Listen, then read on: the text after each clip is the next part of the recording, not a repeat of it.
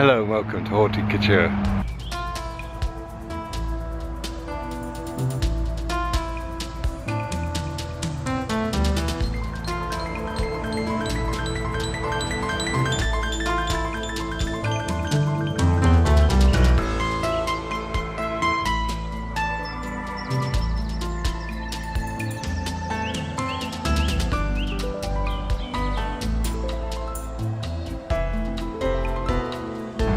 I'm going to do a couple of pruning tutorials, so this might be the first one.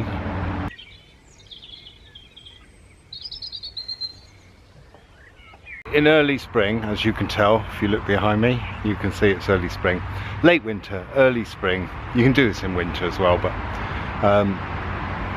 a couple of shrubs could do with a prune, like for example dogwood or cornus and buddleia. Now obviously buddleia is a bit more delicate, I would say, and I always leave that until it's got warmer and most chances of frost or snow have passed. Here's an example of dogwood.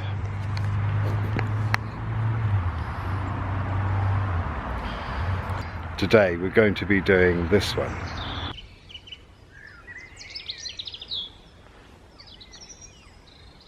Well, as you can see, these are quite old, these bushes. I'm not sure how many's in here. Maybe 6 of the red ones.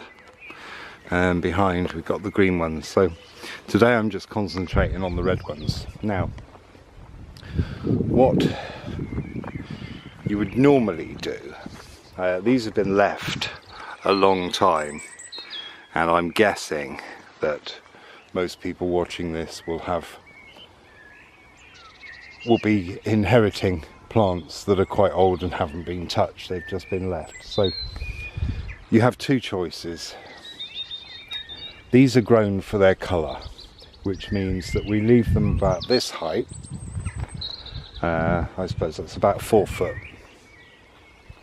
Maybe, yeah, about 4 foot. And then we have these lovely stems in the winter. So basically what I do in the spring, I come down, and you can see where this one's died. I just cut them back a little bit above the old dead, and so there's room, you know. Here's the buds, you can see the line there. Maybe it's not clear, but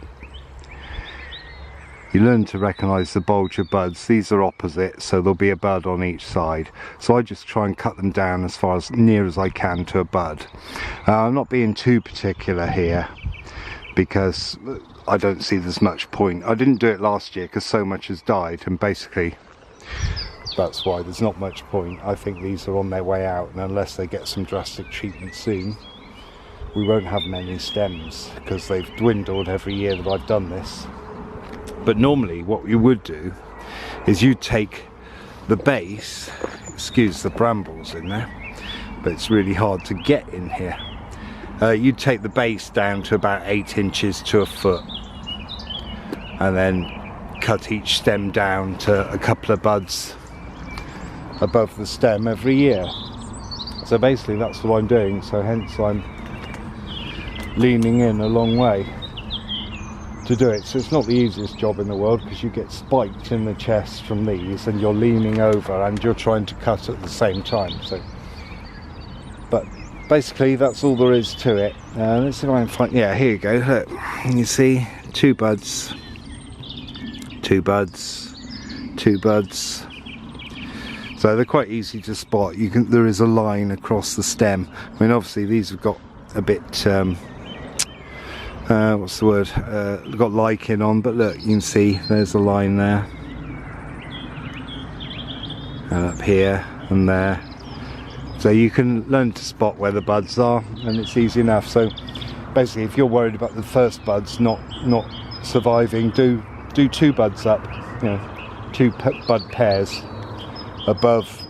So this red is last year's growth. That's all the red is.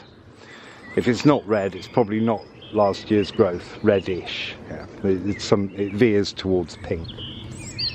So that's the growth you want to cut into more. But yeah, basically that's all you do, and then you have a nice selection of lovely coloured bundles that are desired among basket weavers and things. So let's get on.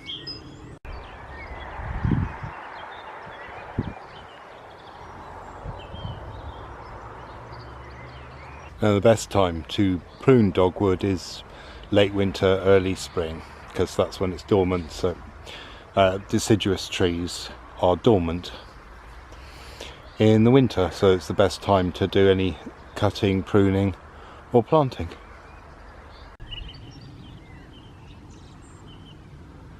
And there's the red one done.